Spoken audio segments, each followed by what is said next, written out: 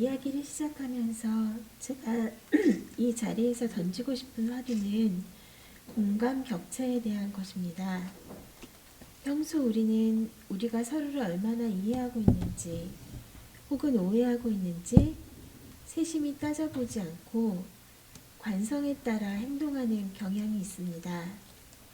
미디어에서 이렇게 말하니까 혹은 권위 있는 사람이 말하니까 아니라면 친한 사람이 말하니까 등등의 이유로 어느 순간 편견을 쌓아가는 일이 잦은데요. 문제는 그것이 가해와 피해의 관계를 만들어낼 때 우리가 종종 피해자에 대한 상상을 하지 못하는 공감 격차를 겪게 된다는 것입니다. 한 번도 누군가의 자리에 서보지 않았기 때문에 그들의 입장과 처지를 이해하지 못하는 것을 공감 격차라고 하는데요. 사회적인 자원이 부족한 소수자들의 경우 사회의 공감 격차 때문에 제대로 된 지원과 지지를 받지 못하는 경우가 많습니다. 저의 이야기는 그 공감 격차에 대한 이야기입니다. 저의 아버지는 조현병이십니다. 그리고 저도 조현병이고요. 어린 시절을 돌아보면 아버지는 늘 어두운 골방에 혼자 누워 잠을 자고 계셨습니다. 그런 아버지에게 어머니는 너희들이 학교를 가건 시험을 치르건 결혼을 하건 아무 관심이 없는 사람이라며 행여라도 오빠와 제가 아버지의 영향을 받을까봐 노심초사하셨습니다. 저에게 아버지는 이상하고도 위협적인 존재였습니다. 그러면서 어머니는 늘 저에게 아버지를 빼다 박은 아이라며 상처를 주셨고 저는 아버지와 같은 정신장애를 앓게 될까봐 자주 악몽을 꿨습니다.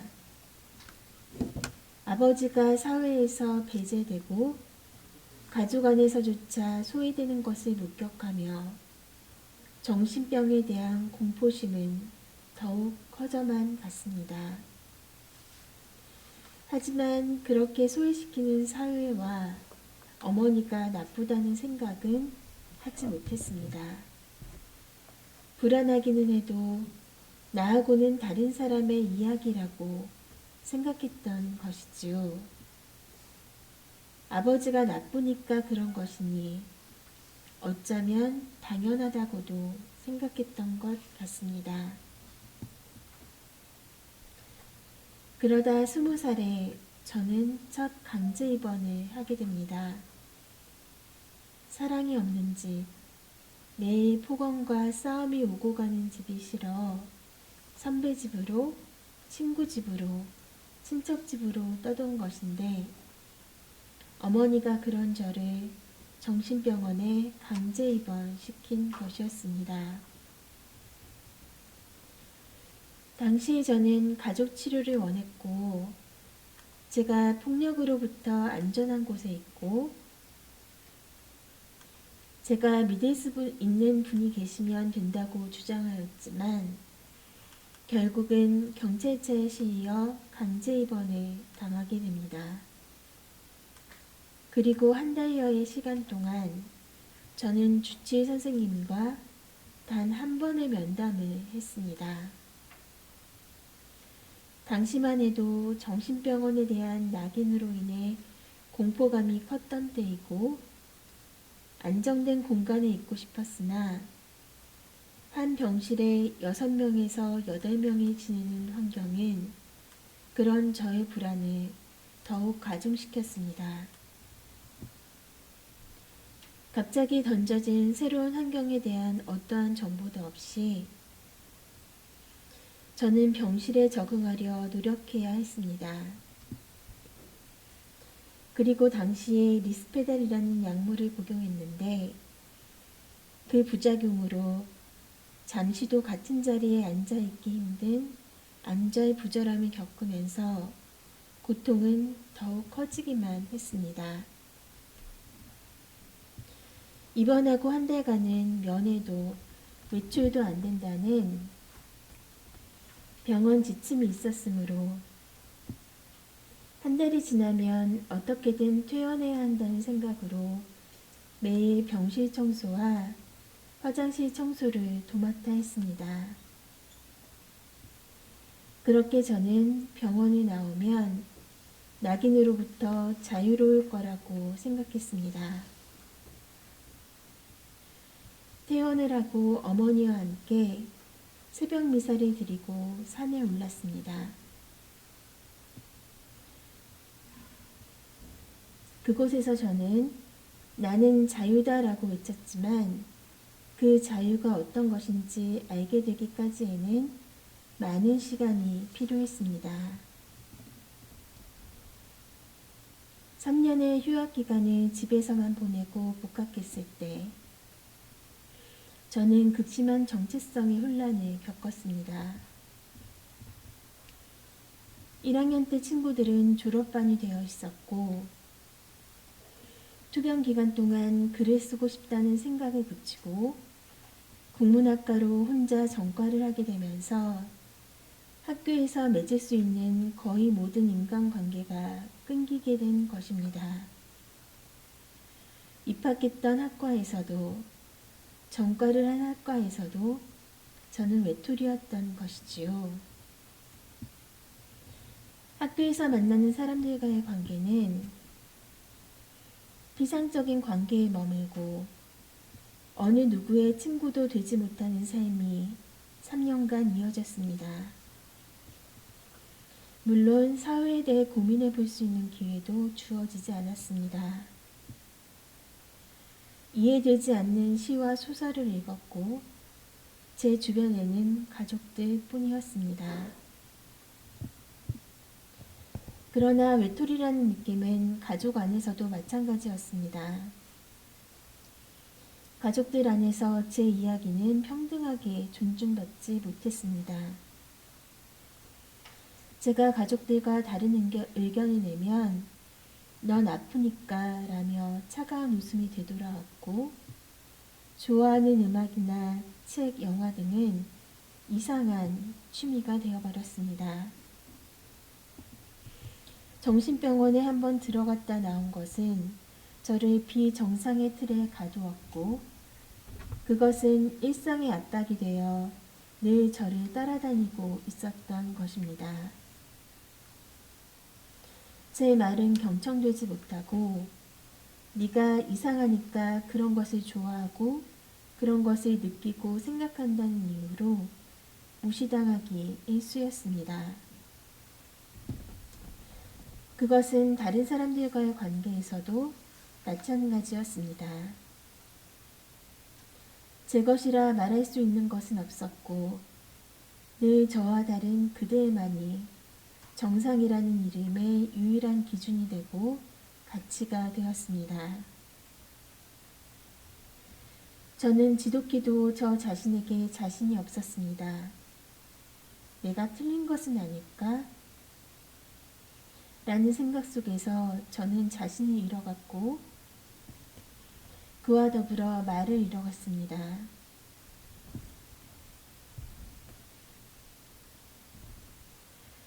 저의 삶이라 할 수 있는 것은 사라지고 유일한 척도인 그들의 삶만이 제게는 무의미하게 펼쳐졌습니다. 잠깐 물 좀 마셔도 될까요?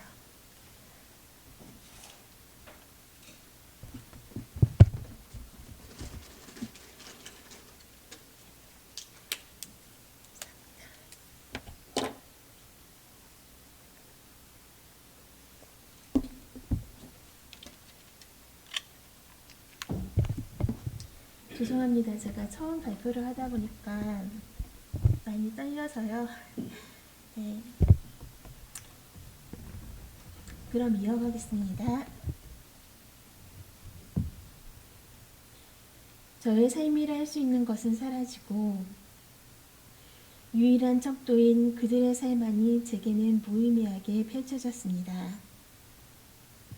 저에게는 저 자신에 대해 침묵하거나 정상성이라는 것에 동원되거나 하는 두 가지 선택지 밖에는 없었습니다. 병은 호전되기보다는 나날이 악화되었습니다. 마지막 발병 이후 15년간을 집에서 나오지 못하는 극심한 트라우마에 시달리며 이 병이 쉽게 낫지 않는 병일 수 있다는 생각을 처음으로 하게 되었습니다. 언젠가 병원에서 알게 된 친구가 장애인 등록을 했다고 말을 해준 적이 있습니다. 그때는 제가 정신장애인으로 낙인 찍히는 것이 두려웠습니다. 그저 약물을 먹으며 치료를 잘하면 정상인이 될 수 있는데 굳이 장애인으로 등록해서 주변의 싸늘한 시선을 견디고 싶지 않았던 것입니다. 혐오가 뒤섞인 시선에 끊임없이 상처받으며 사느니 완전한 몸으로 인정받고 싶었습니다. 장애인 등록을 하는 것은 제가 이상하고 비정상이라는 것을 저 스스로 인정하는 꼴이 되는 것이었기 때문입니다. 그러나 20에 가까이 되는 경력 단절과 닥쳐온 빈곤, 그리고 장애로 인한 일상생활의 어려움 등으로 저는 처음으로 국가의 도움을 받을 생각을 하게 되었습니다. 악화될 만큼 악화된 상황은 정신장애인이 된다고 하더라도 정신장애인이 아니라고 했을 때와 그 차이를 느끼지 못할 만큼 저의 삶을 궁지로 몰아넣고 있던 것입니다. 그 후 저는 정신장애 3급의 판정을 받게 되었습니다. 그리고 아름아름하던 다큐멘터리 감독님께 제가 정신장애인이라는 것을 처음으로 밝혔습니다. 처음에는 자신이 없어 우울증이라고 했다가 조현병이라 고쳐 말했을 때 감독님은 한국정신장애인 자립생활센터와 그곳의 글쓰기 자정 모임인 천둥과 번개를 소개시켜 주셨습니다. 저는 이곳에서 제 존재 전체가 변화하게 되는 경험을 하게 됩니다. 저에게 정신장애는 늘 무언가 음울하고 이상하고 어둡고 숨 막히기만 한 것이었습니다. 아버지에게 주어지던 사회의 낙인도, 정신병원에서 만난 친구들의 삶도 모두가 한 목소리로 정신장애는 씻을 수 없는 비극이라고 말하고 있었습니다. 그러나 저는 이곳에서 전혀 다른 사람들을 만난 것이었습니다. 장애를 가져도 일상생활에 책임져 나갈 수 있으며 글을 써서 시인이 되고 연애를 하고 소중한 추억들을 쌓아갈 수 있다는 것을 저는 처음으로 알게 되었습니다. 모임 도중 누군가 갑자기 밖으로 나가버리면 다른 모임에서라면 구설수에 오르르니 이곳에서는 오히려 공감의 토대가 되어 서로서로 먼저 괜찮아? 라고 묻고 염려하는 모습을 보며 저는 어둠에서 처음 빛을 본 사람처럼 눈이 부셨습니다. 병 때문에 끝없이 고통받으며 의미 없는 날들을 보내는 것이 아니라 관계를 맺고 일상을 따뜻이 나누고 의미들을 하나하나 만들어가는 모습들을 보며 저는 처음으로 삶이라는 것을 선물 받은 느낌이었습니다.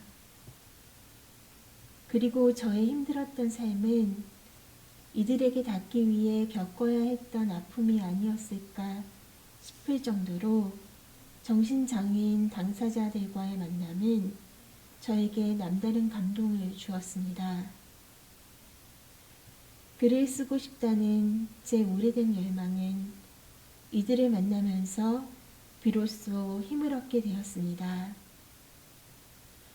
세상에 연약한 것들이 내는 소리에 귀를 기울이고 싶었던 저의 바람은 이들의 아주 작은 소리가 터져나올 때 그 소리에 반가워하는 것이 되었고, 저의 망상도 늘 강박하듯 저를 억압하던 것이었다가 이제는 그 망상의 절실함을 보는 쪽으로 생각의 방향이 바뀌게 되었습니다. 그러면서 장애인 복지 일자리로 취업을 하게 되면서 우리의 몸에 대한 질문을 새롭게 던져볼 수 있게 되었습니다. 잠이 쏟아져서 간단한 문서 작성을 할 수도 없고, 강박 때문에 몸을 움직여 물건을 정리할 수도 없으며, 설거지조차 물소리가 말을 거는 환청으로 들려 아무것도 할 수 없는 몸들의 노동에 대해 고민해 보게 된 것입니다. 얼마 전 아파도 미안하지 않습니다라는 시민연극에 참여한 적이 있습니다. 질병권, 다시 말해 잘 아플 권리라는 개념을 처음으로 만들고 우리 사회의 면면으로 확장시켜 가면서 아픈 몸들의 인권운동을 하고 있는 연극과 동명의 도서 아파도 미안하지 않습니다의 저자 페미니스트 조한진이 선생님이 기획하신 연극입니다.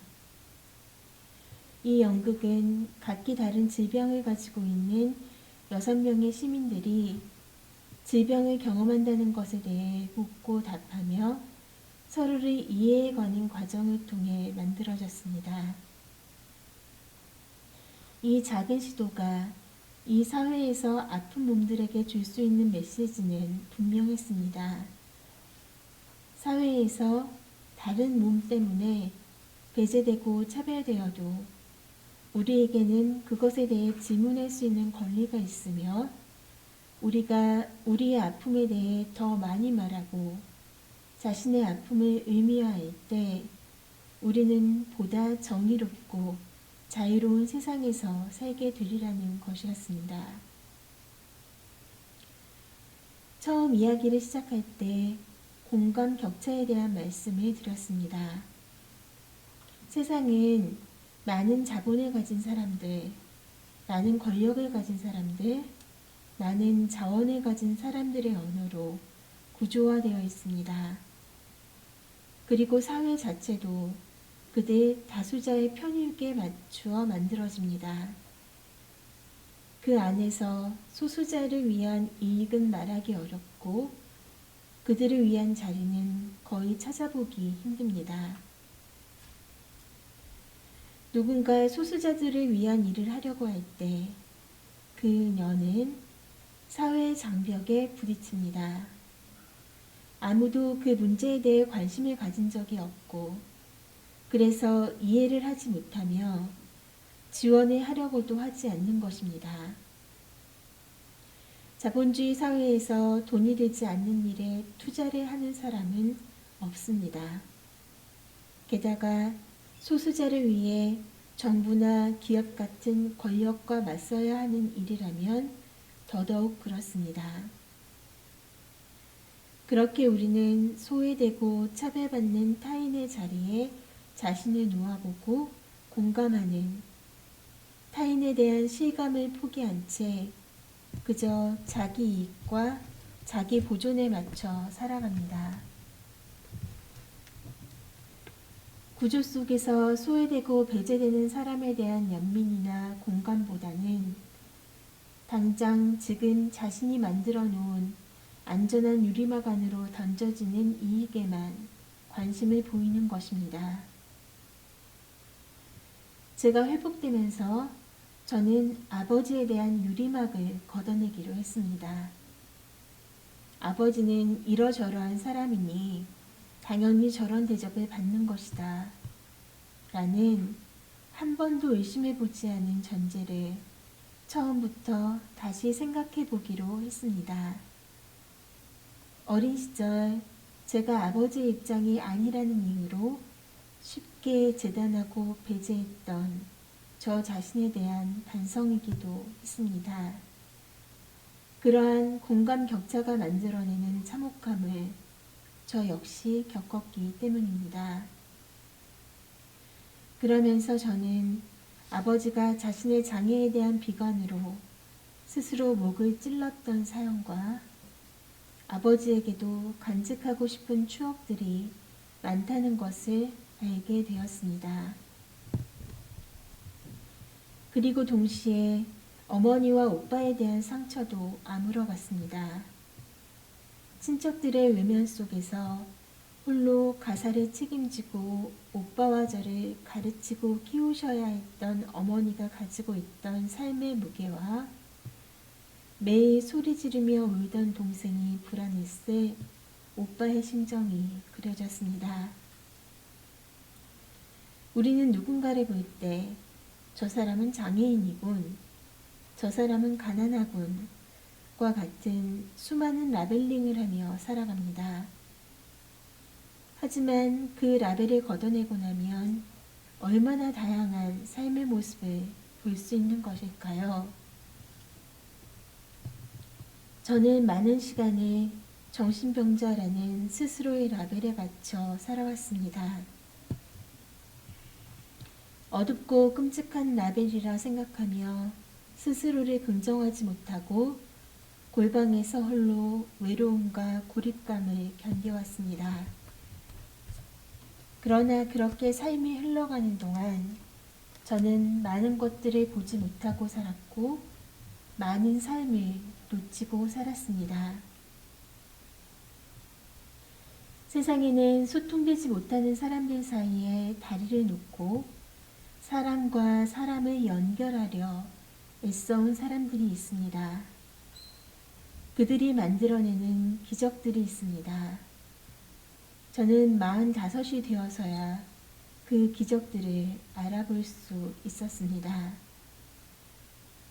세상에 낮고 연약한 것들의 이웃이 되어 그들과 더불어 살아가는 세상을 꿈꾸는 사람들, 그 사람들이 일군 기적 같은 현실이 제 눈앞에 있었습니다.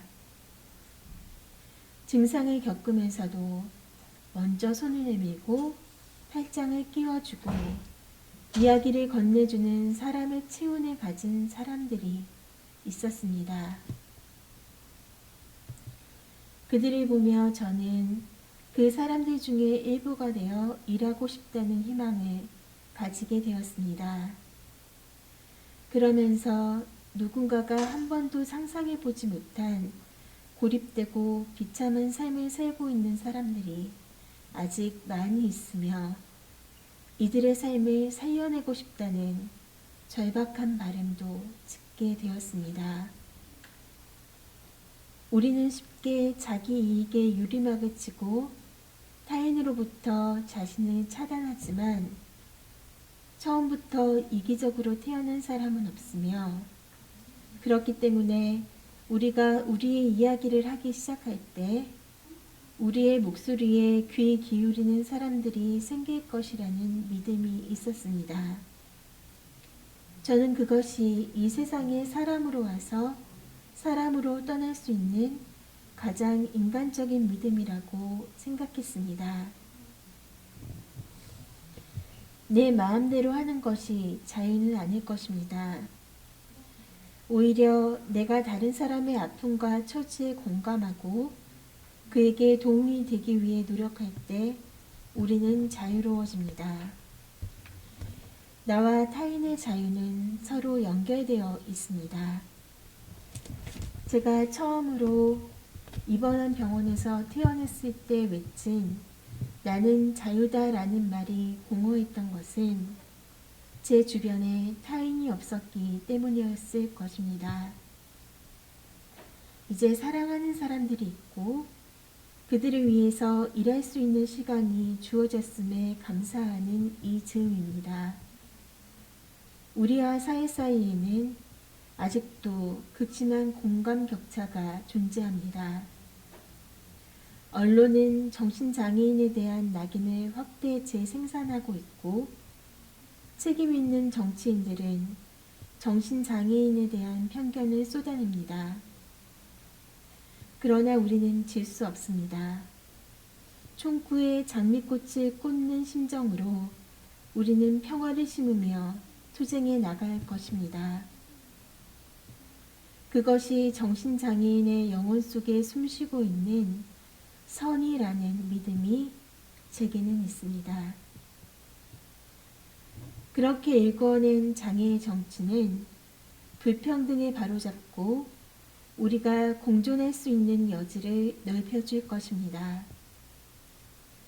흔히들 정치라고 하면 부정적인 인식을 하기 쉬운데, 여기서 말씀드리는 정치는 인간을 인간이게 하는 고유한 활동으로서의 정치를 말합니다.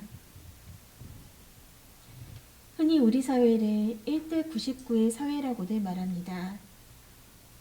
만일 약자들인 99가 자신의 힘을 인식하고 자신들의 권리를 실현할 수 있는 방법을 고민하면서 정치적인 과정에 참여하게 된다면 과연 지금의 구조가 유지될 수 있을까요?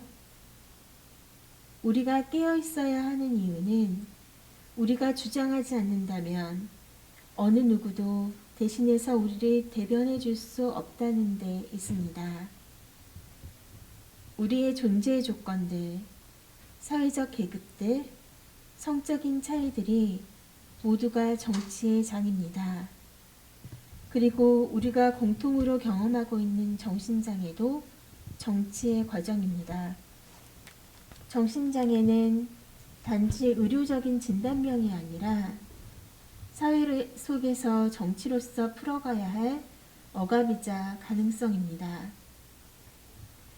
그것이 억압인 이유는 우리가 침묵을 강요당한 채 주류 사회가 만들어온 틀 안에서 규정되고 관리되기 때문이며, 그것이 가능성인 이유는 우리 스스로가 주체가 되어 그 억압의 사슬을 끊어내고 자유를 위해 투쟁할 수 있기 때문입니다. 처음 발병했을 때 저의 주치의 선생님은 정신장애는 뇌의 기능장애이니 그렇게 힘들어할 필요가 없다는 말씀을 해주셨습니다. 그러나 그것만으로는 제 삶과 경험이 설명되지 않는 경우가 너무나 많았습니다. 주변의 사람들은 아무렇지도 않게 또라이나 정신병자 같은 말들을 사용했고, 정신병원은 사회적으로 이해받을 수 없는 이상한 행동을 하는 사람들이 가는 곳이었습니다. 우리의 장애는 쉽게 희화화되거나 욕설이 되거나 낙인이 되었습니다. 그러나 우리는 알고 있습니다. 우리 마음의 고향에는 꽃이 피고 새가 울고 나무 사이로 파란 하늘이 펼쳐지고 선선한 바람이 부는 숲이 있다는 것을요. 우리는 그 고향의 훼손 때문에 고통받았고 그 고향을 찾기 위해 있었으나 지금까지는 우리가 고향으로 갈 수 있는 길은 끊겨 있었습니다. 우리는 그 고향을 찾아야 합니다. 아무리 어려워도 마음속의 고향을 지워서는 안 됩니다. 그럴 때 우리는 인간일 수 있습니다. 수많은 비인간들 속에서 말입니다.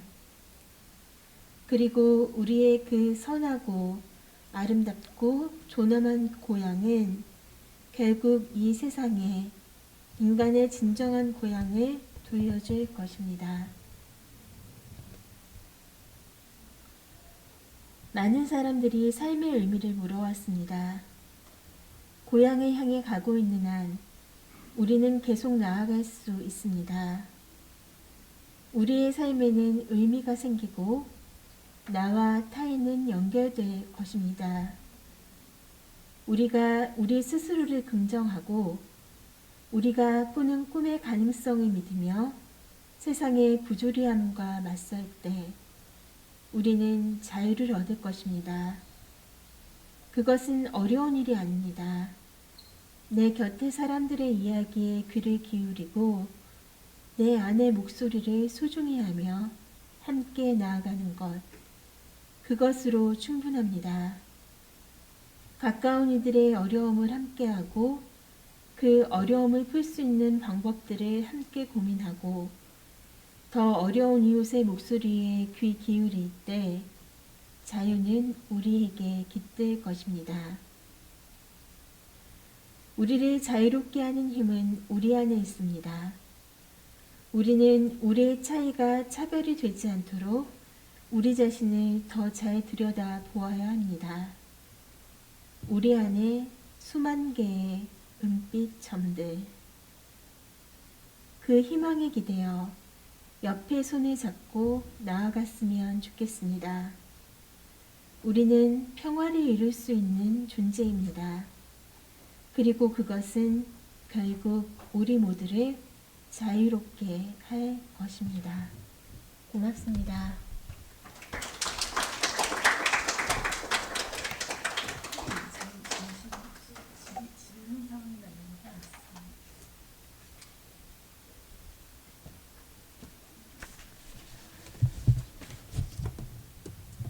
네, 박모구 선생님의 강의 되게 잘 들었습니다. 저희가 박모구 선생님의 글을 처음 본 것은 비마이너에서 쓰셨던 너는 정상, 나는 비정상, 나는 늘 침묵당했다 기사를 보게 되면서 박모구 선생님을 알게 됐고, 또 그 박모구 선생님과 관련된 그런 기사들을 또 보다가 연재하신 글을 보다가 또 다른 몸들에서 활동하시는 그런 연극들도 좀 보게 됐었습니다. 그래서 이렇게 모실 수 있게 돼가지고 너무 그리고 또 흔쾌히 강의해 주신다고 해가지고 너무 좋았었는데요. 혹시 박모구 선생님께 혹시 여쭤보고 싶으신 부분이라든지 뭐 질의응답하고 싶으신 부분이라든지 그런 것들이 조금 있으실까요? 없으신가요? 네. 선생님은 저희 어떻게 그런 병들을 이겨냈어요? 저도 되게 많은 시간을 걸쳐서 조금씩 해보게 되었는데요. 우선은 저는 되게 운이 좋았다라고 생각을 하는 게 사실 15년 동안 집에만 있다가 밖으로 나왔을 때 제 이야기를 들어주는 분들이 계셨어요. 그래서 사실은 제가 제 과거의 그 트라우마와 직면하는 게 너무 힘들어서 사실 이제 제가 작은 글쓰기 모임을 같이 하고 있었는데 그 이야기를 쓰고 2주간 계속 하루도 빠짐없이 활동을 시달려야 했습니다. 그 고비를 지나고 나고 또 한편의 글을 쓰고 또 힘들어하고 그런 식으로 한 발 한 발 그 세상을 향해 나아올 수 있었고요. 그 사이에서 지지해주고 제가 마련할 때까지 기다려주는 사람들이 있었어요. 그래서 그런 사람들을 만났다는 게 저한테는 굉장히 큰 힘이었고요. 그래서 저는 그렇게 생각하거든요. 그러니까 저에게 제 이야기를 들어주는 청중이 있었던 것처럼 저 또한 누군가의 이야기를 들어주는 청중이 되어야겠다. 만약에 누군가가 자신의 이야기를 할 수 있을 만큼 우리가 충분히 들어주고 기다려준다면 그 사람은 회복될 수 있다는 믿음이 생겼거든요. 그래서 저는 우리가 서로의 청중이 되어줘야 된다고 생각을 하고 그것이 바로 어떤 약물이나 이런 것들보다도 저를 많이 치유시키게 했던 힘이었다라고 생각합니다. 네.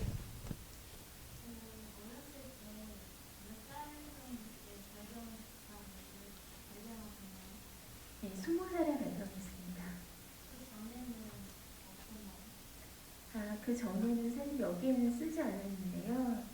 제가 중학교 때부터 친구가 없었어요. 근데 이제 뭐 초등학교 때 같은 경우에는 친구들하고 되게 부담 없이 스스럼 없이 막 어울리고 돌아다녔었는데 중학교 올라가면서 갑자기 사람들을 어떻게 사귀어야 되는지 그 방법을 잊어봤던 것 같아요. 그래서 이제 여기서는 쓰지 않았지만 그래서 그 담임 선생님이 저희 어머니를 부르셔서 모구가 친구가 한 명도 없다, 걱정이 된다라고 그렇게 얘기하실 정도로 사실은 굉장히 혼자였던 시간이 되게 오래였죠. 그러다가 이제 그게 한 중학교 때부터였으니까 15, 14부터 시작해서 6년간을 그렇게 지내다가 20살에 발령을 했던 것 같아요.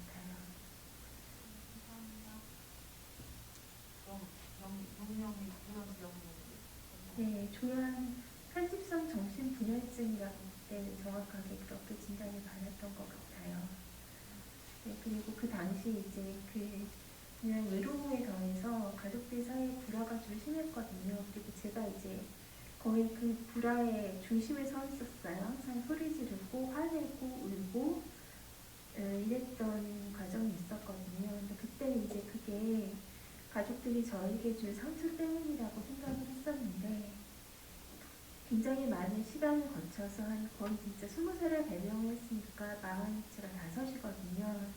한 25년간에 걸쳐서 저희 가족은 조금씩 회복이 되어서 지금은 서로서로 힘이 되어주고 서로서로 이제 도닥여주고 서로 기뻐하고 즐거워하는 그런 가족이 되었습니다. 네. 그 공감격차를 말씀하셨잖아요. 네. 우리가 다 태어난 시기, 자란 곳이 다 달라서 네. 어떤 같은 주제를 이야기해도 우리가 격차가 생길 수밖에 없어요. 네. 그건 그건 자연스러운 일이라고 봅니다. 네. 그런데 이제 선생님께서 공감격차를 말씀하셨으니까 네. 선생님 당사자 입장과 저 같은 지원자의 입장이 공감격차를 좀 줄이기 위한 네. 선생님이 생각하는 좋은 대안이 좀 있으실까요? 제가 생각하는 거는 사실 어떤 분이 저한테 그런 이야기를 하셨어요. 자기는 당사자의 목소리를 직접 대변하지는 못할 것 같다. 그거는 예의에 어긋나는 일 같다. 하지만 그 당사자가 왜 말을 못하는 상태에 있는지를 얘기할 수는 있을 것 같다라는 이야기를 하셨어요. 그래서 저는 개인적으로 당사자들의 이야기가 더 많이 발굴되어야 된다고 생각하고 그들이 이야기를 할 수 있도록 계속 이제 말을 걸어주는 과정이 필요하다고 생각하고요. 그리고 만약에 이제 조력하시는 분들이 계시다면 그들이 왜 이 사회에서 그들의 목소리가 못 찾는지 들리지 않는지 그런 것들에 대해서 환경을 조성해 가시는 데 있어서 도움을 주신다면 그것보다 좋은 일은 없을 거라고 생각합니다. 지원자 입장에서는 환경을 조성하는 노력을 해야 될 것 같아요. 네. 아니, 당사자 입장에서 지금 선생님은 어쨌든 용기를 내셔서 네. 이렇게 말씀으로 밝히도 하시고 글로 밝히도 하셨는데 네. 아직도 용기를 못 내서 하고 싶은 이야기가 많지만 용기가 없는 분들을 위해서 용기를 좀 내라 이렇게 한 말씀 해주신다면.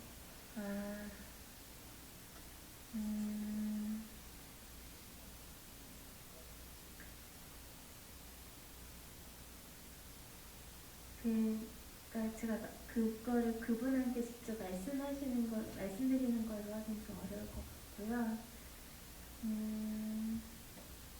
사실은 저도 용기를 내기까지 정말 많은 시간이 걸렸고, 그리고 많은 낙인과 이런 속에서 살았는데 결국 제 목소리를 찾으면서 저는 저의 삶을 찾아가고 있거든요. 그런데 만약에 지금 목소리를 내지 못하고 있는 당사자분이 계신다면 사실은 우리가 그분들에게 먼저 다가가는 게 중요하고요. 그렇게 다가온 사람들에게 두려움 없이 이야기하라고 말씀을 드리고 싶어요. 두려움 없이 이야기하시고 그리고 그 이야기를 들어줄 수 있는 사람이 있고 함께 고민할 수 있다라는 누군가의 우리가 곁이 되어줘야 되는 이유가 그런 것 같거든요. 그래서 사실은 이거는 만약에 이번 강연을 들으신 선생님들이나 아니면 다른 분들께도 이렇게 부탁드리는 건데 주변에 있는 사람들의 이야기를 계속 들어주시고 그리고 사실은 예전에 제가 발달장애인 분을 이렇게 그 돕는 분의 이야기도 들었는데 한 달 동안 갔는데 이게 약 때문이었는지 계속 침을 흘리시고 계속 먼 곳에 보고 계셨던 분이셨다는 거예요. 그런데 이분이 이제 계속 그럼에도 불구하고 말을 거니까 어느 순간 그분이 손을 내밀어서 그 조력자분의 손을 잡아주시더래요. 사실 이것만 해도 굉장히 큰 변화거든요. 누군가의 손을 잡을 수 있는 그런 인기까지, 그 신뢰를 회복하기까지가 너무나 사실 오랜 기간인 거죠. 그래서 저는 사실은 당사자분들의 목소리가 용기를 내는 것도 중요하지만 더 중요한 거는 그분들이 목소리를 낼 수 있도록 손을 잡아주는 것, 계속 말을 걸어주는 것, 네, 이런 것이라고 생각합니다. 네, 말씀해주세요. 각 시설마다 신규 회원도 있고 이전에 있는 회원도 있는데 회복을 많이 이루신 분들이 사실 많이 계세요. 시설마다. 네, 그런 분들이 회복을 많이 이루는데 그 회복을 이루는 그분들이 어떠한 방향으로 많이 회복이 됐습니까? 네. 어떠한 방향으로 나아가야 할지 좀 얘기해 주시면. 저는 사실 이번 여름에 이제 근로지지 교육을 듣고 있는데요. 그런데 이제 그거와 더불어서 이제 인권교육도 있다고 들었어요. 그래서 동료지지도 있고 그리고 인권강사로 활동하시는 분들도 계시는데 동료지지를 하시는 분들 같은 경우에는 직접적으로 도움이 되어드리는 부분이 있겠죠. 그거는 수평적인 관계에서 뭔가 도움이 되는 것이라면 인권강사는 뭔가 사회를 향하여 우리의 목소리를 내는 거라는 생각이 들었었어요. 그런데 저는 글쎄요. 사실 지금 제가 가장 아쉬워하는 부분은 우리가 회복이 된다라고 할 때 사실은 굉장히 많은 그 사회적인 맥락들이 있거든요. 그러니까 회복을 못하는. 그런데 그런 것들을 그것들을 이제 지워내고 당신을 그 회복될 수 있는 사람입니다라는 말만으로는 사실 굉장히 고마하다고 생각을 해요. 그래서 동료 지지를 하는 분들이 사회에 대해서 더 많이 배우고 조금 더 많은 경험을 하고 그리고 그 경험을 바탕으로 동료에게 다가가서 그런 어떤 지식들을 나눈다면 굉장히 큰 변화가 일어날 수 있다고 생각을 하거든요. 그래서 저는 그런 부탁을 드리고 싶어요. 그냥 내가 회복되었다, 내가 잠시 증상이 좀 줄어들었다는 것에 대해서만 이렇게 그냥 만족하실 것이 아니라 정말 지금 이런 컨퍼런스도 마찬가지고 뭔가 사회에 대해서 그리고 우리를 억압하는 것들에 대해서 더 세심한 관심을 가지시고 그래서 그분들에게 이 사회가 어떤 것인지 그리고 우리는 어떻게 같이 힘을 모아갈 수 있는지 사실은 이런 것까지를 이야기해 주셔야 그분들이 정말 온전한 사회적인 주체로서 설 수 있다고 생각을 하거든요. 그래서 저는 더 많은 경험을 하시고 더 많이 공부하시고 더 많이 넓어지셨으면 깊어지셨으면 하는 그런 바람이 있습니다. 감사합니다. 네.